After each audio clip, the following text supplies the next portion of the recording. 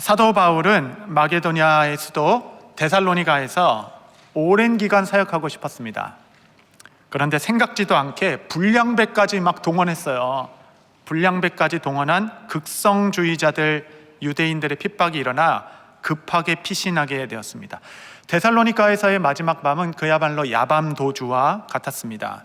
생각지도 않게 허둥지둥 그곳을 떠나게 되었습니다.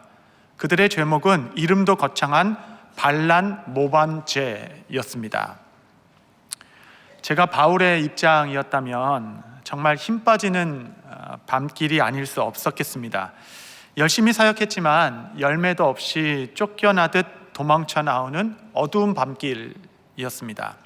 나를 도와주었던 형제 야손은 나 대신 잡혀가서 지금 고초를 당하고 있는 실정이었습니다. 사도도 떠나고 복음은 아직 뿌리 내리지 못했는데 과연 데살로니가에 태어난 신생교회는 견고할 것인가 등등의 복잡한 생각. 사실 여러분, 이런 복잡한 생각은 회복 가능한 정도의 영역입니다. 여러분, 사역자에 있어서 정말 회복이 어려운 침체가 있습니다. 그 침체는 뭐냐면 인간 자체에 대한 환멸. 여러분, 사도 바울이 가는 곳곳마다 매맞고 거절받고 쫓기고 또 갇혔던 가운데 사도 바울 마음 가운데 그도 모르게 살며시 스며든 것 같은 사람에 대한 실망. 야, 뭐 이런 사람들이 다 있냐. 아무리 해도 사람은 안 변해. 내가 이런 자들을 위해 내 인생을 바쳐야 하나? 인간에 대한 환멸. 어느 순간에 사역자, 봉사자들의 입에서 저 인간들은 정말 인간도 아니다 라는 자조 섞인 말이 나오기 시작하면 사실 그의 부르심의 삶은 깊은 침체, 위기에 봉착한 것입니다.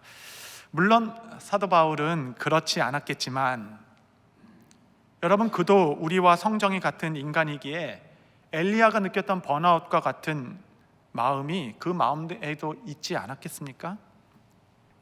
여러분, 그 힘 빠지는 밤길, 그 인생의 샛길에서 하나님은 사도 바울에게 한 쉼표와 같은 공동체를 만나게 해주셨습니다. 뜻밖의 만남. 베레아에서 만난 사람들은 이렇게 자기 자신 안에 그 소멸될 수 있었던 하나님 나라의 꿈, 또 인간에 대한 소망을 다시 회복시키기에 충분했던 공동체였습니다. 사도 바울은 아마 그곳에서 사람이 이렇게 아름다울 수도 있구나, 사람이 이렇게 고결할 수도 있구나, 그가 가질 수 있었던 그 인간상, 인간 이미지의 균형을 잡아줄 수 있었던 사람들. 렌스키라는 주석가는 이 본문을 보면 이렇게 주의했습니다. 바울의 사역 중 가장 아름다운 한 페이지가 그곳에서 펼쳐졌다. 포힐이라는 주석가는 이렇게 또 얘기했습니다. 이는 성경 전체에서 가장 말씀을 잘 받아들인 자들에 대한 상세한 기록이다 라고 했습니다. 여러분, 자칫 인간에 대한 환멸과 어떤 사역의 무기력감에 빠질 수 있는 그 인생의 밤길에서 하나님께서는 베레아의 공동체를 예비하심으로 그들의 마음을 새롭게 하셨을 것입니다. 여러분, 삶의 뜻밖에 펼쳐지는 새 페이지를 마주하는 것을 두려워하지 마십시오. 삶의 반전은 어디서 일어날지를 아무도 모릅니다. 저는 우리 교회가 이 베레아 공동체와 같은 영성과 은혜가 있게 되기를 바랍니다. 베레아는 하나님께서 예비하신 회복의 공동체, 누구든지 흐릿해진 하나님 나라의 꿈을 새롭게 하게 되는 정말 영성의 터가 되는 교회. 그래, 하나님의 나라는 이처럼 확장되고 있지. 그래, 맞아, 원래는 하나님께서 이렇게 아름답게 사람을 창조하셨지. 상처받은 사명자들이 함께 모여 다시 소망의 꿈을 꾸게 되는 회복의 로뎀나무. 저는 우리 교회가 이 사명을 잘 감당할 수 있게 되기를 바랍니다. 그렇다면 그 베레아 공동체의 사람은 어떤 모습이 그렇게 좀 아름다웠는가? 사도행전 17장 11절은 천천히 한번 같이 읽겠습니다. 시작. 베레아에 있는 사람들은 데살로니가에 있는 사람들보다 더 너그러워서 간절한 마음으로 말씀을 받고 이것이 그러한가 하여 날마다 성경을 상고함으로. 바울이 베레아에 들어와서도 늘 하던 대로 회당에 가서 말씀을 전했는데, 동일한 말씀을 전했는데 여기는 뭔가 다른 것입니다. 그들에게는 너그러운 성품이 있었고 간절한 마음이 있었고 날마다 성경을 상고하는 자들이었습니다. 너그러운 마음과 간절한 심령, 그리고 날마다 성경을 상고했던 자. 여러분, 말씀을 전하는 설교자의 태도는 여러분 무엇보다 중요합니다. 설교는 교회의 생명을 불어넣는 시간이죠. 설교가 얼마나 중요합니까? 근데 여러분, 요즘 설교를 준비하는 설교자의 고민이 이만저만이 아닙니다. 설교는 단지 지식 전달이 아니라 성도들의 마음을 움직여야 합니다. 그 설교를 잘 해가지고 성도들의 마음의 골에 이렇게 골을 넣어야 돼요. 골을. 근데 여러분, 예전에 그 골을 지키는 골키퍼들은 대부분 좀 엉성했습니다. 그래서 골이 잘 들어갔어요. 근데 요즘 골문을 지키는 골키퍼는 세계적인 수준의 슈퍼 골키퍼들이 계셔서 웬만한 것들은 다 이렇게 튕겨내십니다. 그래서 요즘에 뭐라고 얘기하냐면, 요즘 교인들은 35분 안에 이 설교를 더 들을까 말까를 결정한다라고 이야기합니다. 그 사이를 비집고 들어가서 마음을 움직여야 하죠. 그래서 설교자들에게는 성경 본문에 대한 깊은 주석적, 신학적 이해가 있어야 합니다. 또한 그 설교를 듣게 될 청중에 대한 사려 깊은 이해와 연민이 있어야 합니다. 그리고 이 둘을 적절하게 연결할 수 있는 인문학적 소양과 기법이 갖춰져 있어야 합니다. 나아가 설교는 단지 이런 지식 전달이나 어떤 통찰력의 전달이 아니기에 살아계신 하나님의 말씀이 역사하기 위한 설교자의 영성이 뒷받침되어 있어야 합니다. 여기에 가장 중요하게 이 모든 것이 설교자의 인격과 삶이 함께 가지 않으면 이 모든 게 거짓이니까. 여러분, 이런 의미에서 설교는 가히 종합 예술이다라고 할 수 있겠습니다. 제가 지금 여러분께 기도 부탁하는 겁니다. 기도해 주시도록. 그런데 여러분, 설교자의 태도만큼 중요한 게 있습니다. 그것은 말씀을 받는 자들의 준비입니다. 오늘 본문과 같이 똑같은 말씀을 전했는데 받는 자들의 태도에 따라서 전혀 다른 결과를 낼 수 있다라는 거 아니겠습니까? 마치 마태복음 13장의 씨 뿌리는 자의 비유처럼 농부는 최상품의 씨앗을 동일하게 뿌렸습니다. 4가지 밭이 있었죠. 길가와 돌짝, 가시밭과 옥토. 과연 그 씨는 어느 밭에 떨어졌는가가 그 열매를 좌우하게 되었습니다. 씨도 좋아야 하고 밭도 좋아야 합니다. 이럴 때 100배의 풍성한 결실을 교회는 맺게 될 것입니다. 지금 사도 바울은 엄청난 회중을 만난 것입니다. 여러분, 이런 회중을 만난 목회자는 정말 신이 날 수밖에 없겠죠. 베레아 성도들은 무엇이 달랐나? 3가지 말씀드렸죠. 첫 번째가 바로 너그러운 성품이었습니다. 여러분, 옛날 한글 버전은 베레아 사람들은 더 신사적이어서 라고 번역했습니다. 멋지죠? 신사적이었던 사람들. 영어 표현은 더 멋집니다. 노블한 사람들, 품격 있는 사람들이었다라고 기록합니다. 본문은 비교급으로 쓰여 있어요. 이들은 데살로니가 사람보다 더 노블한 사람들이었다, 이렇게 얘기합니다. 당시 데살로니가는 큰 대도시, 마게도냐 큰 지역의 수도, 교육의 중심지, 문명의 발달지, 로마의 주력 도시, 전략 도시이고 많은 문물과 부가 모이는 경제 도시였습니다. 반면 베레아는 살기슭에 위치한 조용한 소도시였습니다. 그런데 여러분, 분명히 데살로니가 사람들은 더 세련된 사람이었을 것이에요. 그러나 베레아 사람들은 주님 보시기에 더 품격 있는 사람들이었습니다. 여러분, 여기서 말하는 노블하다라는 것은 교육 수준, 교회의 크기, 삶의 수준, 어떤 신분을 말하는 것이 아니라 주님께서 보시는 고결한 마음에서 오는 성품에서 오는 것일 것입니다. 여러분, 훌륭한 세공사는 절대 비싼 다이아를 약한 세팅에 고정시키지 않습니다. 그 다이아가 아주 귀중한 만큼 견고한 고정 틀을 먼저 만들고 그 견고한 틀을 갖추는데 먼저 사력을 다할 것입니다. 이 고정고리의 그 품질이 값비싼 다이아의 안전과 소유를 결정합니다.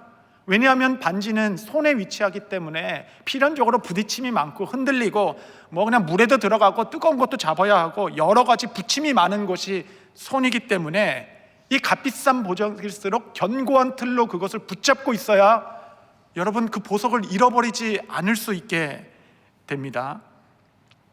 세상도 그렇습니다. 보석과 같이 받은 말씀을 놓치거나 잃어버릴 부침들이 너무너무 많습니다. 그래서 우리는 견고한 성품의 고리가 필요합니다. 그렇지 않으면 말씀을 너무 쉽게 잃어버리게 돼요. 오늘 예배를 은혜 받고 주차장 가서 그냥 다 쏟아놓고 나가는 겁니다. 왜 이렇게 주차를 못해? 막 소리 지르는 거죠. 교회를 하다 보면 정말 안타까운 일들을 보게 됩니다. 작은 돌뿌리에 걸렸을 뿐인데 완전히 경로를 이탈하는 성도도 보았고, 작은 일에 너무 크게 실망하여 무너지기도 하고, 품격과 인격의 기반이 약하다 보니 순간 일어난 작은 사건에 크게 흔들려 모든 것을 다 쏟아붓고 평생 후회를 남기게 되는 일들도 종종 보게 됩니다. 여러분, 고상한 인격과 너그러운 성품은 이 보석과 같은 말씀을 붙들어 매주는 고리가 됩니다. 여러분, 인간의 품격이라 하면 여러 가지 요소가 있겠지만 특별히 신사답고 품격 있는 말,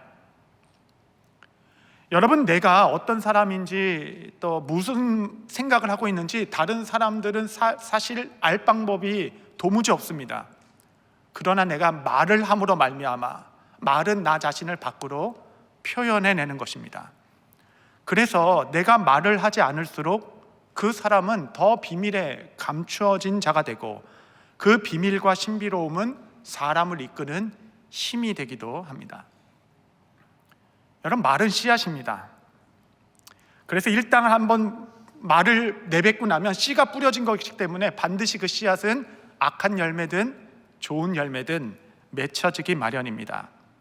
말을 막 하고 다니는 것은 여기저기 막 씨앗을 막 뿌리고 다니는 것과 동일합니다. 여러분, 말을 하고 안 하고는 여러분 자유이시죠? 그러나 일단 말을 뱉고 난 다음부터는 더 이상 여러분에게는 그 열매를 맞이할 자유가 없습니다. 맺히는 열매에 끌려다닐 수밖에 없죠. 내가 뱉은 말에 내가 묶이게 되는 것입니다.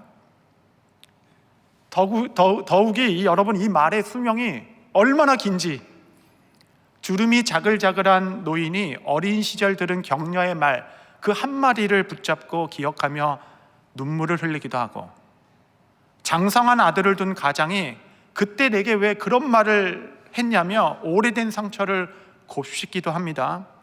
말의 질긴 생명력, 여러분의 뱉은 말의 수명은 무덤까지 가기도 합니다. 누구도 재갈 물릴 수 없는 혀를 붙잡는 단단한 품격과 인품의 고리가 필요합니다. 여러분, 신사답다라고 한다는 것은 이제 장성하였다, 어린아이와 같지 않다, 그런 뜻이죠. 고린도전서 13장 11절 보시면, 내가 어렸을 때는 말하는 것이 어린아이와 같고 깨닫는 것이 어린아이와 같고 생각하는 것이 어린아이와 같다가 장성한 사람이 되어서는 어린아이의 일을 버렸노라. 말씀 잠깐 보시면, 어린아이의 일을 버렸다, 나는 자랐기 때문에. 그 일이 무엇이냐면 맨 처음에 나오는 말하는 것이 어린아이와 같은 자들이라고 할 수 있겠습니다.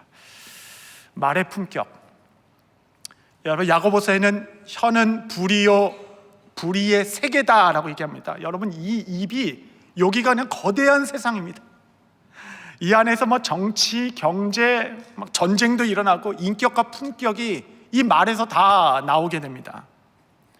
30초 동안 내뱉은 말로 30년 동안 아픔이 되기도 합니다. 여러분, 말은 칼보다 더 깊은 상처를 내게 합니다. 저는 우리 교회 모든 성도님들의 말과 태도에 그리스도의 품격이 있게 되시기를 바랍니다. 예수님은 어떻게 말씀하셨나? 내용은 있는데 그 말의 그 태도와 그 모습은 어땠을까? 그 힌트가 이사야서에 나와 있어요. 이사야서 42장 2절. 그는 외치지 아니하며 목소리를 높이지 아니하며 그 소리를 거리에 들리게 하지 아니하며. 예수님께서는 큰 소리로 말씀하시지 않으셨을 것입니다. 예수님께서 방 안에서 이야기할 때 그 소리가 방 밖으로 새어나가지 않으셨을 것입니다. 왜냐하면 예수님은 웅변가가 아니라 로고스, 진리 그 자체이셨기 때문에 그러합니다. 말할 때마다 큰 소리를 내야지만 의미가 전달된다면 그것은 이미 진리가 아닙니다. 진리는 그 자체로 생명력과 감화력을 갖고 있기 때문에 진리는 결코 큰 소리를 필요로 하지 않습니다. 성도 여러분, 진리를 말씀하시기 바랍니다.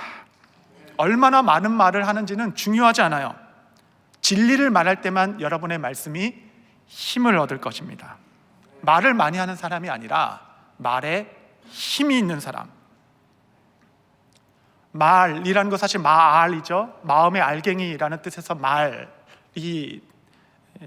단어가 나왔다고 하지 않습니까? 생각의 얼, 그래서 그것이 얼굴, 나의 생각이 얼굴로 드러난다. 고결함, 마음의 고결에서 나오는 말과 생각의 순결함에서 오는 단아함, 품격을 갖춘 너그러운 사람들.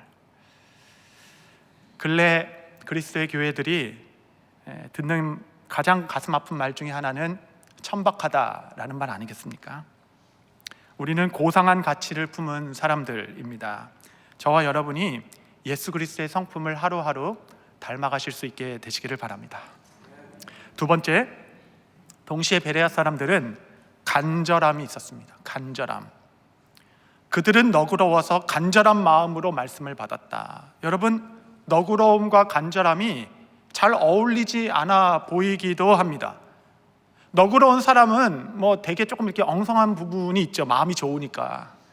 간절한 사람은 마음이 좁아가지고 작은 것에 이렇게 벌벌 떨기 일수입니다. 열린 마음으로 모든 것에 너그러우면서도 그 안에 절박함이 있다. 따뜻하면서도 분명하다. 열정이 있으면서도 냉철하다. 스케일이 있는데도 디테일하다. 비둘기같이 성결한데 동시에 뱀같은 지혜를 가졌다. 너그러움과 간절함의 하나됨, 너무 멋진 여러분 인품 아니겠습니까? 교회는 품격만 있으면 안 됩니다. 교회는 점잖은 사람들의 모임이 아닙니다. 품격 있는 간절함, 천박하지 않은데 절박하다. 여러분, 이것이 우리 교회의 영성과 캐릭터가 되면 좋겠다라는 소망을 품어봅니다. 저는 종종 이런 말씀을 듣습니다. 목사님, 저는 주일 예배 때 말씀의 은혜를 받지 못하면 도무지 한 주를 살아갈 수 없습니다. 그런 간절한 마음으로 예배를 나오시는 성도님들이 우리 중에도 계실 것입니다. 그 말씀을 들을 때 이분이 가정과 관계와 세상에서 얼마나 치열한 전쟁 가운데 있는가를 제가 느낄 수 있죠. 베레아 성도들은 말씀을 향한 간절함이 있었던 공동체였습니다. 여러분, 성경을 보니 간절함은 은혜를 받는 준비입니다. 잠언서 8장 17절 보시면, 나를 사랑하는 자들이 나의 사랑을 입으며 나를 간절히 찾는 자가 나를 만날 것이라. 주께서 우리를 만나주시는 단 하나의 조건, 그것은 간절함. 심령의 갈급한 가운데 주님, 우리는 역사를 보게 됩니다. 말씀과 은혜는 사모하는 자에게 늘 부어지는 은총입니다.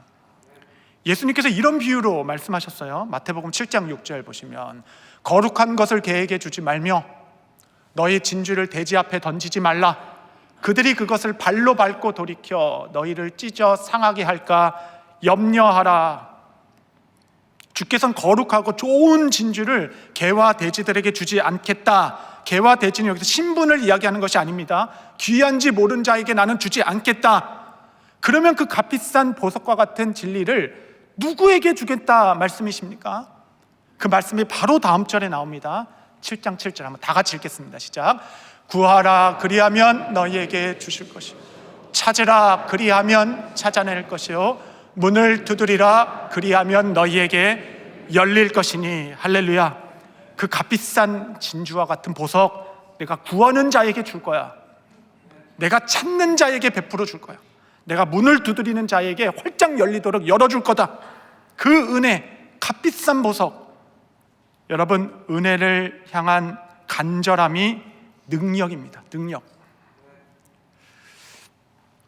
제가 초등학교 때 저희 부모님은 작은 선물 가게를 운영하셨습니다. 선물 가게라서 늘 밤 11시쯤에 문을 닫곤 했습니다. 저는 종종 집에 있기도 하였지만 그 가게가 문을 닫을 때까지 그 가게에 머물러 있다가 함께 귀가하기도 하였습니다. 하루는 밤늦게까지 어머니가 보시기에 제가 집에 없는 겁니다.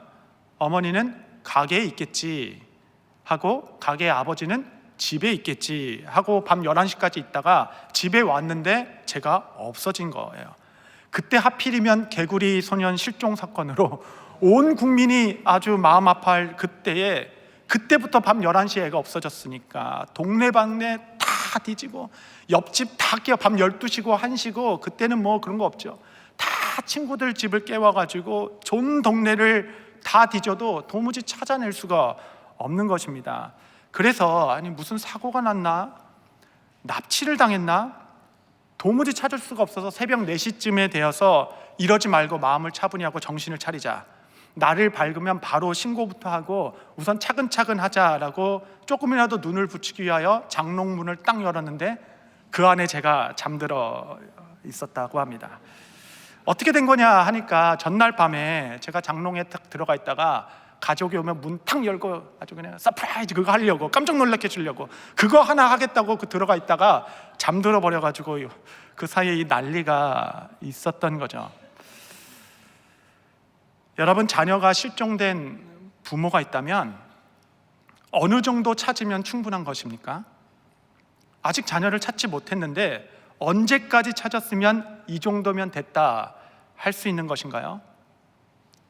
여러분, 그 은혜를 향한, 주님을 향한 그 간절함과 그 절박함, 시편에 나온 말씀 그대로 사슴이 시냇물을 찾기에 헐떡이는 것처럼 내 영혼이 주를 찾기에 갈급하나이다. 여러분, 점잖으나 갈급함이 있는 성도, 하나님의 인간을 향한 대표적인 그의 마음을 표현하는 단어 중에 하나가 불쌍히 여기신다라는 말씀입니다. 불쌍히 여기신다. 여러분, 저의 인생을 한 단어로 말한다면 하나님께서 나를 불쌍히 여겨주셨다. 여러분, 이 단어 아닙니까? 주께서 나를 불쌍히 여겨주셨기 때문에 우리가 오늘까지 살아간 것입니다. 여러분, 세상 그 누구도 여러분을 불쌍히 여기지 않습니다. 그런데 하나님은 내 처지를 아시고 내가 살아온 삶과 내 마음, 아무도 말 못하는 내 삶의 무게까지 아시며 나를 불쌍히 여겨주십니다. 하나님이 불쌍히 여겨주시면 우리는 그때부터 살게 되는 것입니다. 그런데 성경을 보니 예수님께서는 자신에게 간절한 사람들을 늘 불쌍히 여겨주셨습니다. 회당장의 야이로가 혈우병을 앓는 여인이 나면서 소경된 자가 제가 볼 때는 그냥 상황이 간절해서 오갈 데가 없어 마지막으로 주님을 그냥 목숨 걸고 붙잡은 것 하나뿐인데 주께서는 그것을 믿음이라 보시고 불쌍히 여기시사 능력을 베풀어 주셨습니다. 성도 여러분, 간절함이 능력입니다. 국률은 창자라는 어원을 갖고 있어요. 창자가 뒤틀리는 거예요. 이 불쌍히 여기는 대상, 내 자녀와 같은 자들이 눈물을 뚝뚝 흘리는 걸 보면서 창자가 뒤틀어지는 마음의 쏠림을 어찌할 바 몰라 다가와 불쌍히 여겨주시는 하나님의 국률, 그분의 제1의 본성은 사랑이십니다. 그래서 우리는 가끔 금식을 하는 겁니다. 금식의 다른 이름은 간절함입니다. 금식이란 주를 향한 내 마음의 굶주림이 음식의 굶주림을 잡아 삼킨 상태입니다. 여러분, 나는 정말 주의 말씀에 굶주려 있는가?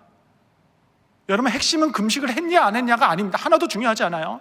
나는 하나님께 굶주려 있는가? 구약 성경의 선지서가 17권입니다. 여러분, 17권 모두, 17권 전체 다 모두 선지서에서 하나님께서 기억하시는 이스라엘과의 사랑의 시제는 100%다 과거형입니다. 과거형. 너가 옛날에 나한테 이렇게 했었지. 너희가 나한테 이렇게 기도했었잖아. 우리가 광야에서 이렇게 만나고 그때 내 말이 너희 삶의 전부였잖아. 여러분, 시제가 다 과거형입니다. 그런데 어느샌가 주께 드릴 나의 헌신의 신앙 고백도 점점 과거형이 되어가는 것은 아닌지. 주님 한 분만으로 나는 만족합니다 라며 뛰며 찬양했던 그 사랑 고백을 주께서는 기억하고 계십니다. 여러분 삶에 여러분 정말 회복을 원하십니까? 필요한 것은 단 한 가지예요. 그것은 심령의 가난함, 은혜의 갈급함일 것입니다. 목마름이 있는 공동체. 마지막 세 번째, 우리 사도행전 17장 11절 다시 한번 함께 읽어보겠습니다. 시작. 베레아에 있는 사람들은 데살로니가에 있는 사람들보다 더 너그러워서 간절한 마음으로 말씀을 받고 이것이 그러한가 하여 날마다 성경을 상고함으로. 세 번째, 좋은 밭을 기경하는 요소, 이것은 아주 중요합니다. 그들은 설교를 한번 안식일마다 듣는 것으로 만족하지 않았습니다. 날마다 그 성경이 그러한가 깊게 생각했습니다. 일주일에 한 번이 아니라 날마다. 여러분, 이 말씀은, 이제 말씀을 좀 분별해라, 이 의미가 있겠지만 이 말씀이 정말 그러한가 상고했다라는 가장 근본적인 뜻은 무엇이냐면, 말씀을 분별하고 말씀을 알아가는 최고의 방법은 여러분 주석책을 보는 것이 아니라 이 말씀대로 한번 살아보는 것입니다. 말씀을 가장 잘 이해하고 가장 잘 해석하는 방법, 그 말씀대로 한번 살아보는 것, 말씀을 내 삶에 적용해 보는 것, 이 말씀에 내 삶을 한번 던져보기도 하고 벼랑 끝에 서보기도 하는 용기. 내가 이 말씀은 잘 알아 라는 뜻은 어느 주석가가 이렇게 얘기했다라는 것이 아니라 여러분 삶으로 성경을 읽어낸 것이죠. 내가 이 말씀대로 살아봤어 라는 증인이 되는 것입니다. 잠깐의 감동이 사람을 변화시키지 못합니다. 진정한 말씀 공부는 삶의 현장에서 일어납니다. 선포된 말씀을 붙들고 함께 나누고 적용해 보고자 하는 실천, 그 작은 적용 운동이 순에서 진행하고 있는 마음에서 삶으로입니다. 저는 순별로 조금 더 적극적으로 이 일을 해볼 수 있게 되기를 바랍니다. 우리 뉴저지 초대교회, 우리 교회는 이 언덕을 한 번은 넘어야 합니다. 지식으로만 성경이 머물러 있으면 자칫 교만해질 수도 있습니다. 그러나 선포된 말씀을 삶에 적용해 보기 시작할 때 비로소 우리는 겸손해질 것이에요. 왜냐하면 말씀과 내 삶의 괴리 가운데 괴롭기 때문에 그렇습니다. 겸손해진 만큼 우리는 은혜에 대한 가난한 마음과 갈급함을 더 갖게 될 것이에요. 여러분, 이런 순선함이 돌아갈 때 여러분 교회의 토양이 바뀌게 됩니다. 저는 이 중요한 일을 우리 교회 170명의 순장님들께 부탁합니다. 선포된 말씀을 날마다 상고하며 그 중에 하나라도 삶으로 읽어내도록 독려하고 순을 이끌어가는 영적 목양자. 말씀을 정리하겠습니다. 여러분, 좋은 씨가 좋은 밭에 심기니, 사도행전 17장 12절 제가 읽겠습니다. 그 중에 믿는 사람이 많고 또 헬라의 기부인과 남자가 적지 아니하나. 원문에는 없지만, 우리나라 말은 없지만 원문에는 앞에 접속사가 있습니다. 그러므로, 영어는 다 넣었어요. Therefore, 그러므로 너그러운 성품, 간절한 가난한 마음과 날마다 성경을 상고하는 그 고상한 그 공동체로 말미암아 믿는 자의 수가 풍성하게 일어났다 말씀하십니다. 이것이 우리가 이런 삶을 추구해야 될 이유 아니겠습니까? 믿는 자의 수가 많아졌더라. 품격 있는 말과 행동, 동시에 심령의 가난함에서 오는 은혜를 향한 절박함과 간절함, 그리고 선포된 말씀이 정말 그러한가 날마다 삶에 적용해 볼 수 있는 용기와 지혜, 여러분 믿음의 공동체를 이루어 믿는 자의 수가 이 마지막 때에 많게 되는 로뎀나무 공동체, 쉼표 공동체, 많은 사람들이 회복을 경험하는 아름다운 공동체에 여러분과 함께 일어나는 복된 교회 되게 되시기를 축복합니다. 기도하시겠습니다. 거룩하신 주님, 감사합니다. 우리를 향한 주의 한량없는 은혜에 감사하며 오직 주만이, 오직 주님의 말씀만이 내 삶의 기준이 되어 너그럽고 온유하게, 간절하고 절박하게 삶의 말씀을 하나하나 적용하여 세상 가운데 흩어진 종들을 통하여 하나님의 나라가 누룩과 같이 이 땅 가운데 퍼지기를 소망하오니 고개 숙인 종들을 축복하여 주옵소서. 예수님의 이름으로 기도합니다. 아멘.